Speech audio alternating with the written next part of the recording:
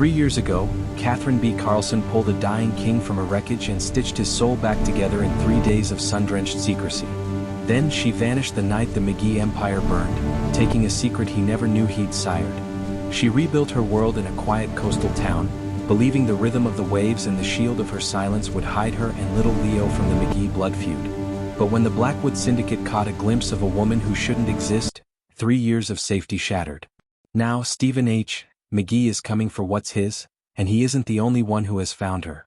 Stephen H. McGee stood in the rain-slicked courtyard of a Boston scrapyard, his tailored black coat absorbing the gray light. The air smelled of rust and ozone. A man was zip-tied to a rusted chair 3 feet away, his face a map of terror. "Please, Stephen," the man wheezed, blood bubbling on his lips. "We were brothers. You used to have a heart." Stephen's eyes didn't flicker. He looked at the man like he was a broken piece of machinery, something to be discarded, not pitted. When he spoke, his voice was like a blade dragged over stone. "That heart died 3 years ago in a fire. I'm just the ghost it left behind." He turned his back before the man could finish his next plea. His stride was steady, rhythmic, and utterly indifferent to the screams. His second-in-command, Marcus, stood by the car door. Stephen didn't look at him. "Handle it," Stephen said, his hand already on the door handle. As the door clicked shut, a single muffled crack echoed through the yard. Stephen was already checking his watch. The same day, the same hour, 600 miles away in a fog-thick coastal village. Catherine B. Carlson stood in the kitchen of her small cottage, her back to the window. She didn't hear the tea kettle whistling, but she felt the vibration through the floorboards. She reached out, her movements precise and graceful, and turned off the stove. On the table sat a stack of architectural blueprints. Her title read Lead Restoration Consultant. In 3 years, she had become the silent force behind the town's historical preservation. Her latest report showed a 15% increase in structural efficiency. She tapped her pen against a difficult corner of the drawing. Anything less than perfection is a risk, she thought. A small tug at her hem made her look down. 3-year-old Leo looked up at her with eyes that were a haunting, carbon copy of the man she had fled. He signed, "Hungry." A warmth bloomed in her chest, the only heat in her carefully cooled life. She signed back, "Apples or crackers?" She wanted to stay in this bubble forever, but as she looked at the clock, a strange chill, a premonition of shifting air, brushed the back of her neck. Back in his high-rise office, the blinds were drawn tight against the Boston skyline. Stephen poured 4 fingers of amber scotch into a glass. The liquid trembled slightly, not from his hand but from the weight of the silence in the room. Marcus entered, his face pale. He held a tablet. "Boss." Stephen didn't turn. "I told you no interruptions." "It's the Blackwood surveillance," Marcus whispered. "They found something in a coastal town. A woman. And a boy." The glass in Stephen's hand stopped halfway to his lips. For the first time in 3 years, the ghost of vengeance felt a pulse. He didn't look at the image yet. He couldn't. "I used to believe in mercy," Stephen muttered, finally looking at his reflection in the dark window. "Now, I only believe in what belongs to me." He downed the whiskey, the burn familiar, and looked at the screen. The world he had burned down was about to catch fire again. The silence was Catherine's sanctuary, but today the air felt heavy, vibrating with a frequency that set her nerves on fire. In her sun-drenched kitchen in the coastal village of Oak Haven, she moved with practiced grace, packing a small wooden train into Leo's backpack. 3 years of peace had been bought with the currency of disappearance, and as she looked at her son, his messy dark hair and those piercing emerald eyes that were a constant haunting reminder of Stephen, she felt the familiar ache of a love she had to bury to keep him alive. She didn't hear the tires crunching on the gravel driveway. She didn't hear the heavy thud of doors slamming in unison. But she felt the floorboards shudder. Catherine froze. It wasn't the light footfalls of a neighbor, it was a rhythmic, aggressive pounding that traveled up through the soles of her feet. Her heart hammered against her ribs as she spun around, pulling Leo behind her.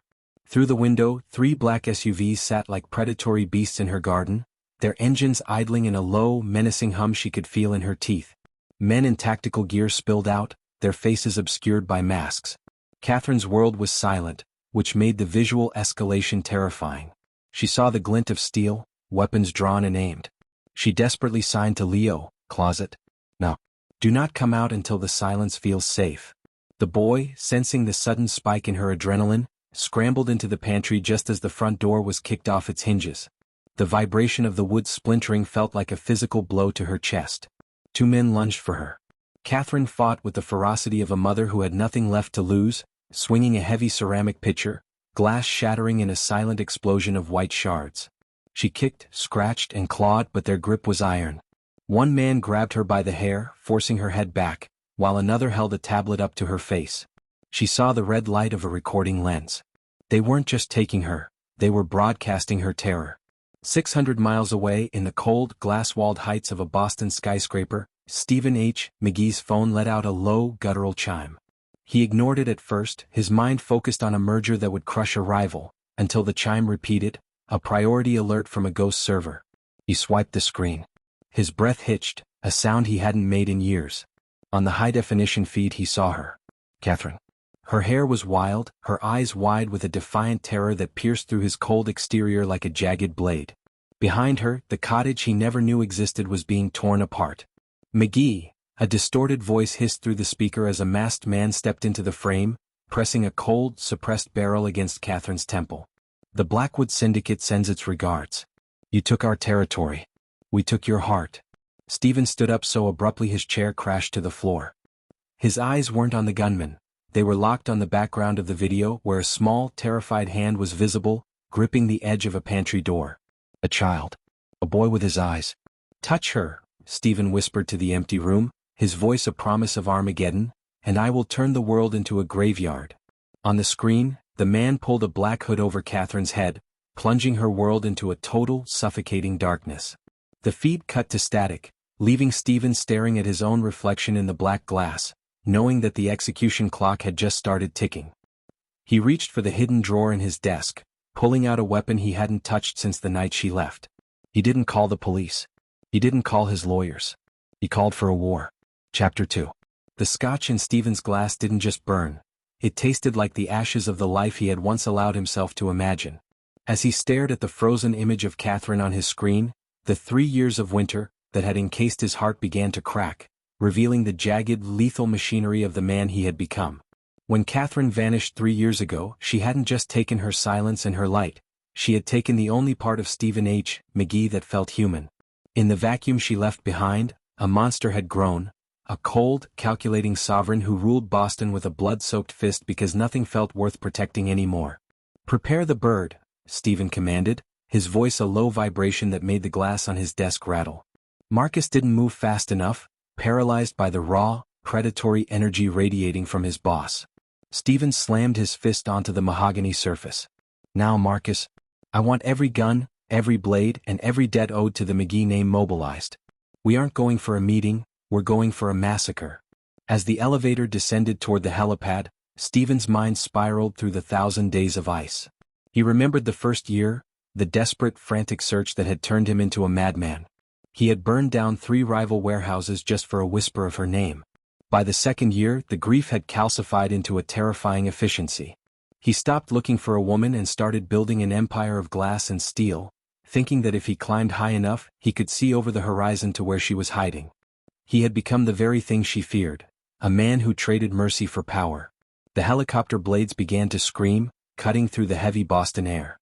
Stephen boarded, his movements a blur of lethal intent. He pulled up the live tracking of the Blackwood Syndicate's convoy. They were moving fast, heading toward the derelict industrial zones of the north. Every second they held her was a second he spent imagining the skin he would strip from their leader's bones. They've crossed the state line, boss, Marcus shouted over the roar of the rotors. But there's a problem. Blackwood didn't just take her. They've leaked the coordinates to the Gorski cell. It's a bounty now. They're inviting the whole world to watch you bleed through her. The stakes escalated with a sickening jolt. This wasn't just a kidnapping, it was a televised execution of his legacy. Stephen watched the map on his tablet. Red dots, rival factions, were converging on the same coastal coordinates like sharks smelling a kill. He was flying into a meat grinder and Catherine was the bait. Let them come, Stephen growled, checking the chamber of his custom .45. I've spent 3 years becoming a devil. It's time they meet him. The helicopter tilted sharply, diving toward the coastline as the sun began to set, turning the ocean into a sea of blood. Just as the jagged silhouette of the Blackwood warehouse appeared on the horizon, a sudden blinding flash erupted from the ground.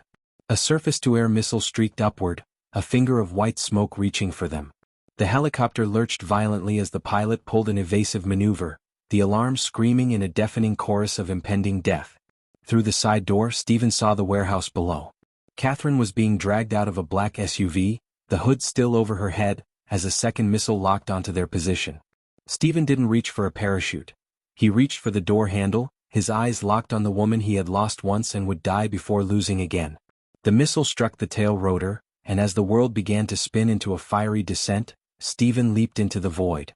The world was a chaotic blur of fire and gravity as the helicopter spiraled toward the jagged coastline, but Stephen H. McGee didn't feel fear. He felt a cold, crystalline focus. He hit the freezing Atlantic waters like a kinetic strike, the impact knocking the air from his lungs, but he was moving before his brain could even register the chill. He swam with a primal, desperate strength, dragging himself onto the rocky shore just as the warehouse doors groaned open in the distance. His clothes were shredded, his skin was sliced by the barnacles on the rocks, and blood trailed behind him, but he looked less like a victim of a crash and more like a predator rising from the depths. Inside the warehouse, the air was thick with the scent of diesel and decay. Catherine knelt on the cold concrete, her world a terrifying void of darkness and vibration. She felt the heavy rhythmic thud of boots circling her, for maybe 5 men. The hood over her head was suffocating, but her other senses were screaming. She felt the floor shudder as a heavy object was dragged across the floor, a metal chair. Then the hood was ripped away. The sudden glare of the overhead floodlights was blinding. As her vision cleared, she saw the leader of the Blackwood Syndicate, Silas, a man whose face was a map of scars and old grudges. He held a phone in front of her, the red recording light blinking like a heartbeat. "Look at the camera, Catherine," Silas sneered, his voice a low rumble she could read on his lips. He grabbed her chin, forcing her to face the lens. "I want him to see the light go out of your eyes. I want him to know that even with all his millions and all his monsters, he couldn't save the one thing that mattered." Silas pulled a jagged hunting knife from his belt, the serrated edge catching the light. He leaned in, the tip of the blade grazing the sensitive skin beneath Catherine's ear. She didn't scream. She stared into the camera with a defiance that made Silas hesitate. She wasn't praying for her life, she was signing with her hands, hidden slightly by her slumped posture. "Leo is safe. I love you." The heavy steel doors of the warehouse didn't just open. They exploded inward as a stolen black SUV rammed through them at 60 miles per hour. The vehicle screeched to a halt in a cloud of dust and debris. Before the dust could even settle, a figure emerged from the wreckage.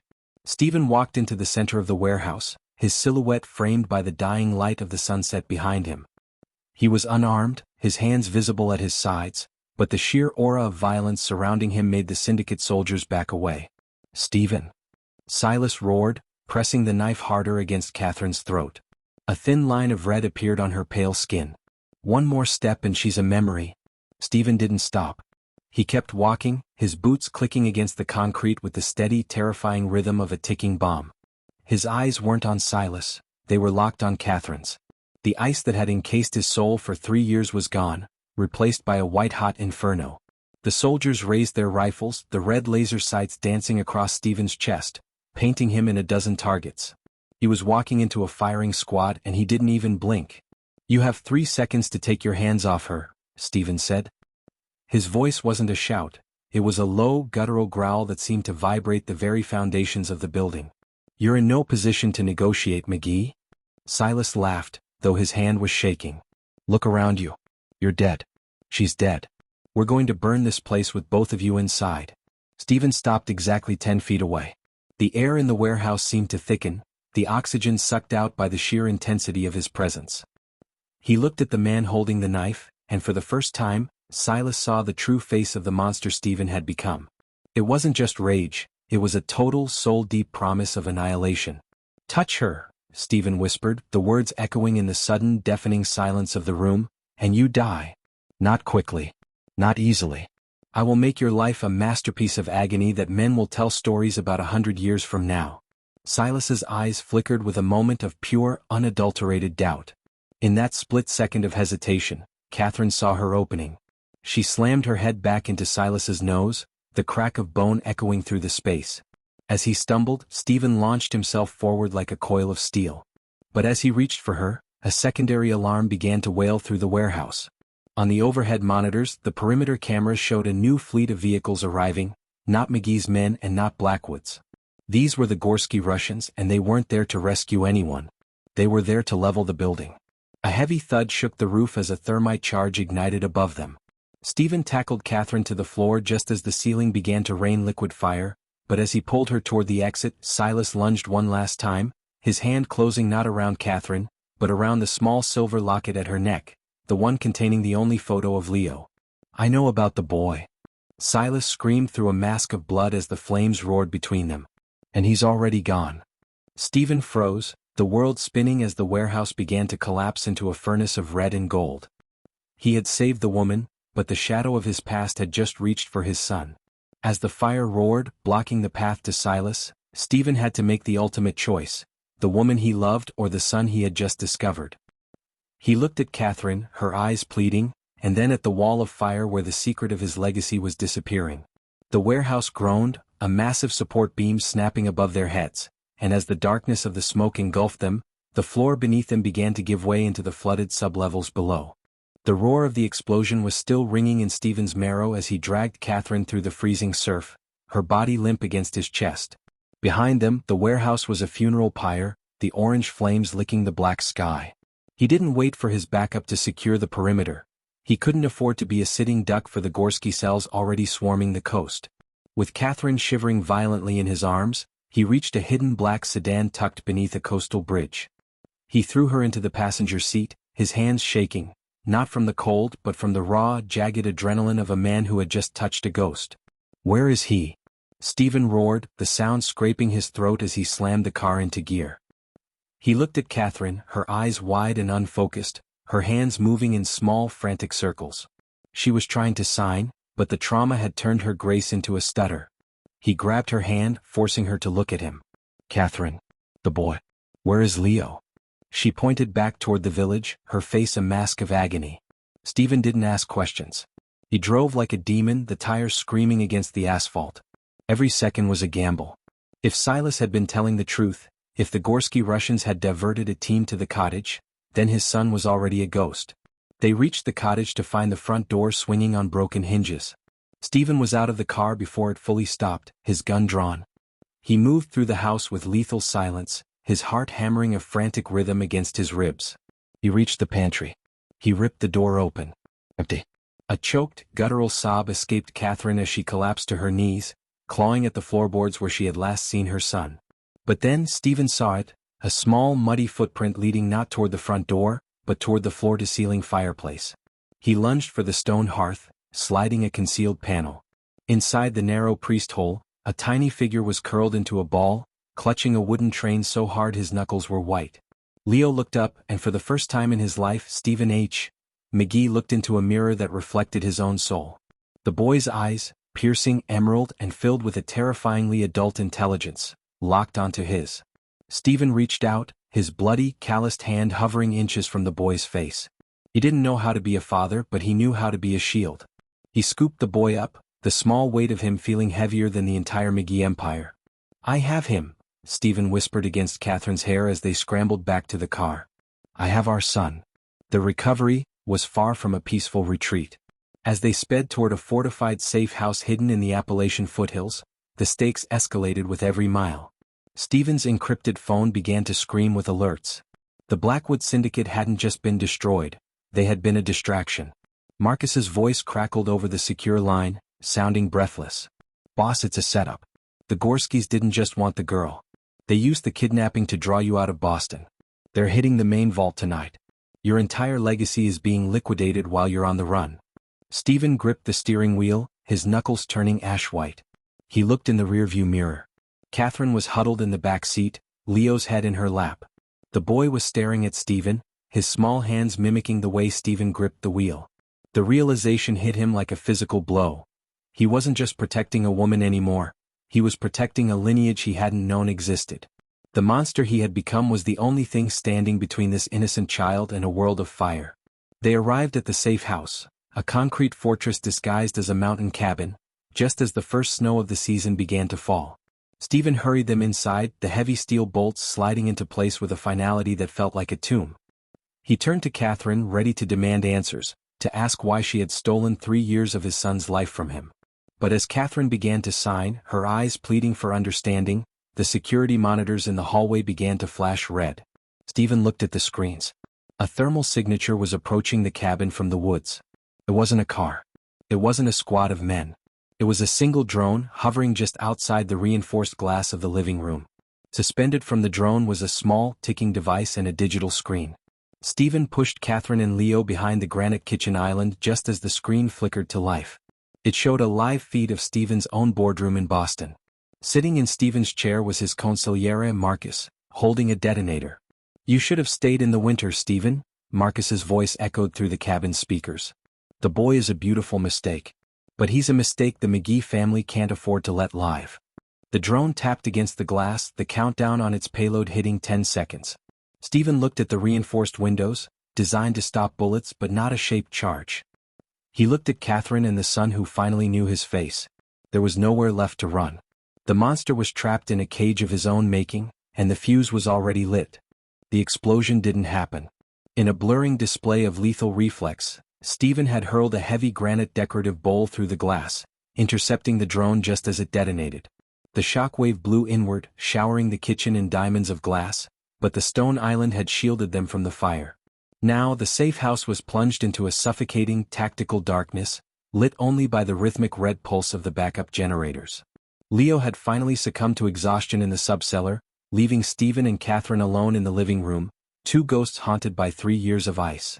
The air between them was thick with the smell of smoke and the unspoken weight of 1,000 days. Stephen paced the room like a caged tiger, his shadow looming large against the reinforced walls. He stopped abruptly, his gaze dropping to Catherine's hands. They were trembling. He reached out, his touch uncharacteristically gentle as he caught her fingers, stilling them. The contact felt like a high-voltage current. The last time he had touched her, he was a man bleeding out in an alleyway and she was his angel. Now he was a warlord and she was a stranger with his son's eyes. "Why?" Stephen's voice was a jagged rasp in the dark. He didn't need to speak loud for her to feel the vibration of his pain. "You knew I would have leveled cities to keep you safe. Why did you run?" Catherine looked up at him, her eyes shining with unshed tears. She pulled her hands back, not to retreat but to speak. Her movements were fluid, sharp, and laden with a desperate urgency. "You think you were the only one with enemies, Stephen? You think I ran from you?" Her hands paused, then moved slower, the signs becoming heavy. "My father didn't die in an accident. He was the McGee family's lead accountant. He found the rot inside your empire, the shadow players who were waiting for you to take the throne so they could bleed it dry." Stephen's blood turned to liquid nitrogen. He watched her hands as they spelled out the truth he had been too blind to see. The night of the explosion 3 years ago, it wasn't an ambush by the Blackwoods. It was your own blood. Marcus. You came to me while you were unconscious. You showed me the hit list. My name was at the top. And then, I realized I was carrying Leo. She touched her stomach, her expression a mix of ancient grief and maternal steel. "I didn't run to save myself, Stephen. I ran to save the only part of you that was still pure." The escalation of the betrayal was a physical weight. Stephen realized that every move he had made for 3 years, every expansion, every kill, had been directed by the man who had driven Catherine into the shadows. Marcus hadn't just been his right hand. He had been the architect of Stephen's misery. Stephen stepped closer, his chest nearly touching hers. He took her hands in his again, but this time he placed them on his heart. He wanted her to feel the frantic, violent rhythm of his life returning. For a moment the war outside vanished. He leaned down, his forehead resting against hers, their breaths mingling in the dark. It was a reconnection born of fire and blood, a silent vow that the 3 years of winter were over. But the silence was shattered by a low, metallic scraping sound coming from the ventilation ducts. Stephen's internal alarm went from a simmer to a boil. He pushed Catherine toward the hidden staircase, his hand reaching for his sidearm. "He's not waiting for the morning," Stephen hissed. He looked at the security monitor he had managed to reboot. The thermal sensors weren't picking up men outside anymore. They were picking up heat signatures inside the walls. The whispers in the dark weren't just secrets anymore. They were the sounds of specialized gas canisters being slid into the vents. As a pale, sweet-smelling mist began to hiss into the room, Stephen realized the safe house had become a gas chamber. He grabbed Catherine, but as he turned, the front door, the one rated for anti-tank rounds, began to glow bright orange. Someone was using a thermite lance from the outside, and through the melting steel, A familiar, mocking voice projected through the external comms. "Did she tell you about the second secret, Stephen?" Marcus's voice was smooth as silk. "About what's actually in the boy's blood. Why do you think he's really deaf?" Stephen felt his knees buckle as the first breath of the sedative hit his lungs. He looked at Catherine, who was already sliding to the floor, her eyes wide with a new, terrifying realization. The trap wasn't just about killing them, it was about a legacy much darker than the Mafia. The sweet, cloying scent of the gas was a physical weight, dragging Stephen's eyelids down, but the fire of betrayal proved to be a more potent stimulant. As Catherine slumped against him, her consciousness slipping away, Stephen bit the inside of his cheek until the copper tang of blood cleared his vision. Through the shimmering heat of the melting front door, a shadow stepped into the frame.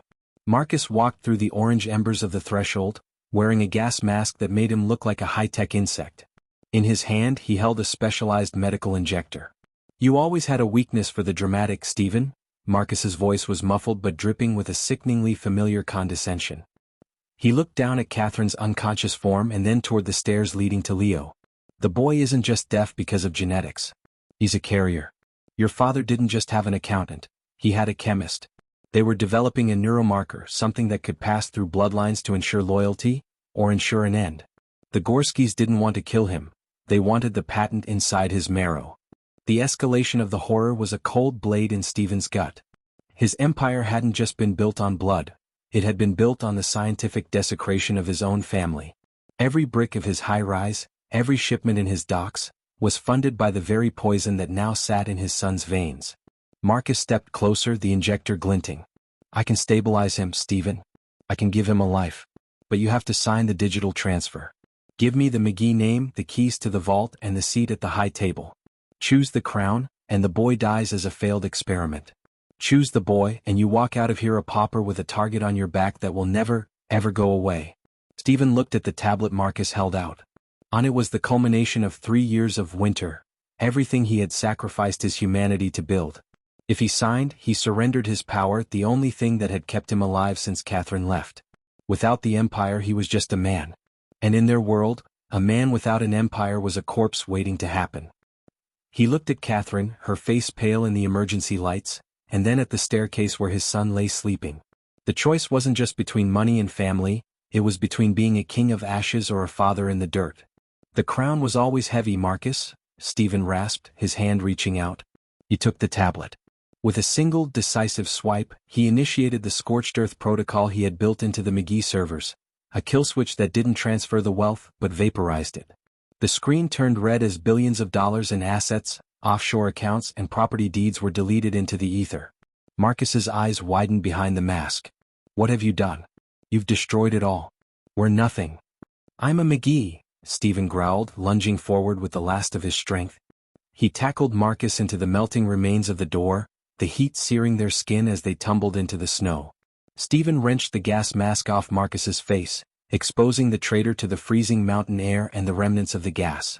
And a McGee doesn't negotiate with rats. He plunged the medical injector he'd snatched from Marcus's belt into his own arm, the adrenaline surge forcing the sedative from his system. He scrambled back inside to grab Catherine and Leo, his heart screaming at him to move. But as he reached the cellar door, a new sound cut through the wind. Not the roar of engines, but the rhythmic, heavy thrum of a military-grade gunship hovering directly above the cabin. A spotlight, blinding and absolute, centered on the front door. A voice boomed from the sky, amplified and cold. "This is the high table. Stephen McGee, you have violated the Prime Accord by destroying the lineage assets. By the authority of the Blood Pact, the boy is now property of the state."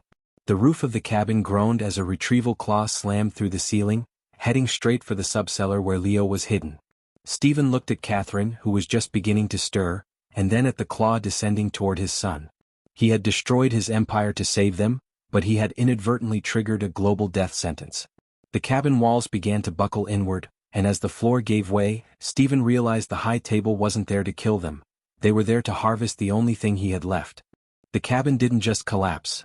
It dissolved into a symphony of screaming metal and white phosphorus. As the high table's retrieval claw lunged for Leo, Stephen didn't reach for a weapon. He reached for the gas main.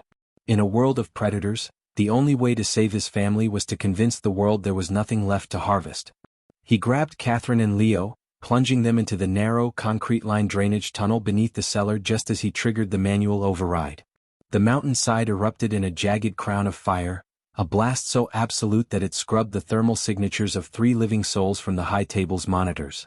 To the gunship hovering above, Stephen H. McGee and his hidden legacy had just been reduced to carbon and ash. The tunnel was a lightless, freezing purgatory, but for Stephen, it was the birth canal of a new life.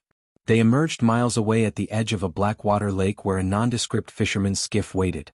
His empire was gone. His billions were dust. His name was a ghost story.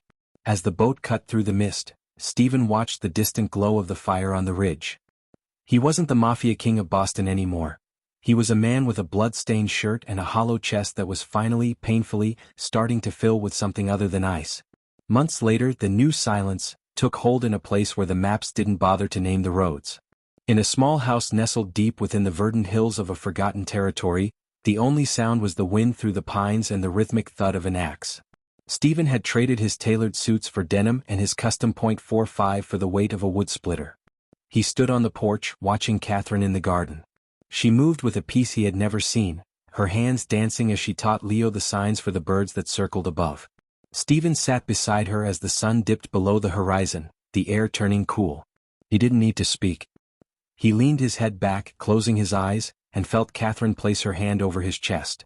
She didn't need to hear his voice. She felt the steady, unwavering beat of a heart that finally belonged to her. The world believed Stephen McGee was a corpse, and in that lie he had found the only truth worth living for. He watched his son laugh, a sound that was a miracle in the quiet, and felt the last of the 3 years of winter melt away. But as the shadows deepened, Stephen noticed something that made the hair on his arms stand up. Leo was standing at the edge of the woods, his wooden train dropped in the dirt. The boy wasn't looking at the birds anymore. He was staring at a specific patch of darkness between 2 ancient oaks, his small body perfectly still. Stephen stood up, his hand instinctively reaching for a phantom holster. He looked at Catherine, who had also frozen, her eyes tracking Leo's gaze. In the total silence of the hills, Leo raised his hands. He wasn't signing to his mother or father. He was looking into the black void of the forest and slowly, deliberately, signing a word Catherine had never taught him. Uncle. From the darkness of the trees, a small silver locket, the one Silas had stolen in the warehouse, the one that should have burned to a cinder, swung gently from a low-hanging branch, glinting in the moonlight like a predator's eye. Stephen felt a cold sweat break across his brow. He hadn't just faked his death. He had invited the devil to a game of hide-and-seek, and the devil had just whispered, "Found you."